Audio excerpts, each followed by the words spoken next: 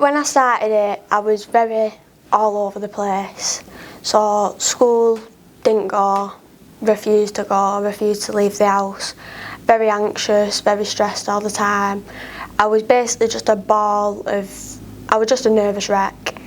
If I could explain it, I was basically like if you shook a Coke bottle or something like that and then opened it in a white room, all the walls were covered, I was just a mess. Yeah.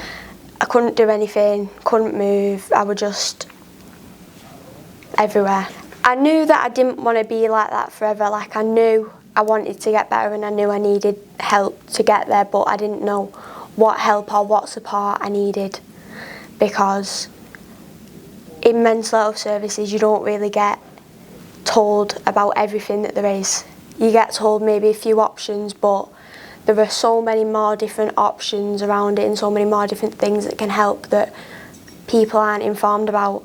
So you kind of have to wait until them services find you instead of finding them. What was your first impression of Wes when you first met? I've never had any like male role models in my life, so before I met Wes, my impression of men was they're all bad, they're all abusive, they're all alcoholics, they're all drug addicts, they're all really aggressive and horrible and angry all the time. So then when Wes walked into the room, I kind of thought, oh, for God's sake. But then as I got to know him, I kind of realised he changed my perspective on a lot of things. What were the type of work that you did together that did come to change some of your perspectives? So he taught me about obviously the chimp, and then I made like this burn book and put everyone that I didn't like in it and everything. And if I would have showed any of my other workers that, they would have been like, oh no, some of that is so aggressive, that's so angry, that is horrible. But I showed Wes and he laughed and he said that it was an amazing way to express my feelings. He showed me like a different side to mentoring and everything like that. And instead of me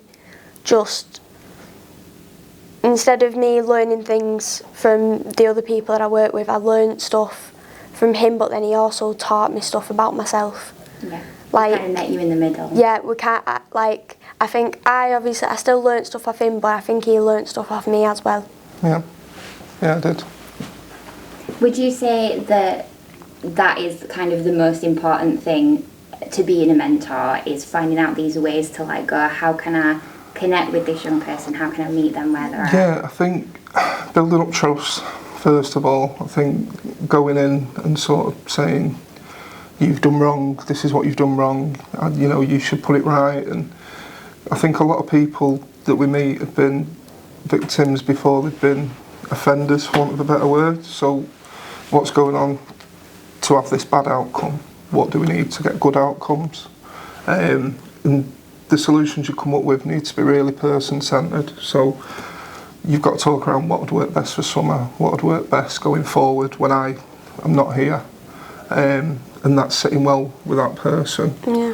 I think we did a lot on like emotions, didn't we? And yeah. Sort of controlling things and letting them out appropriately rather than bottling them up and then it leading to incidents and again negative outcomes. And yeah, just being a sounding board for what's going on and looking for pathways through and support that way. Do you think you've seen changes in yourself and do you feel any differently after going through this mentoring process? Before it, obviously I weren't in school. I weren't in school for about 3 years probably in total. I've just done my GCSEs. No one at my school thought I would. None of the teachers, no one thought that I'd actually do them, so they kind of just gave up on me. But I've done my GCSEs, passed my English, was off my maths by 20 marks. No one thought we were going to go to college.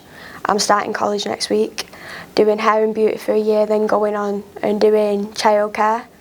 No one thought I was going to do anything with my life. I've got a job. I've found an amazing friend group, I've found the support and everything, and everyone kind of just thought, oh well, she's a lost cause, she's never going to amount to anything in her life, and I've proved every single one of them wrong by doing everything that I have done. And I think the reason that I was able to do that was because of Wes.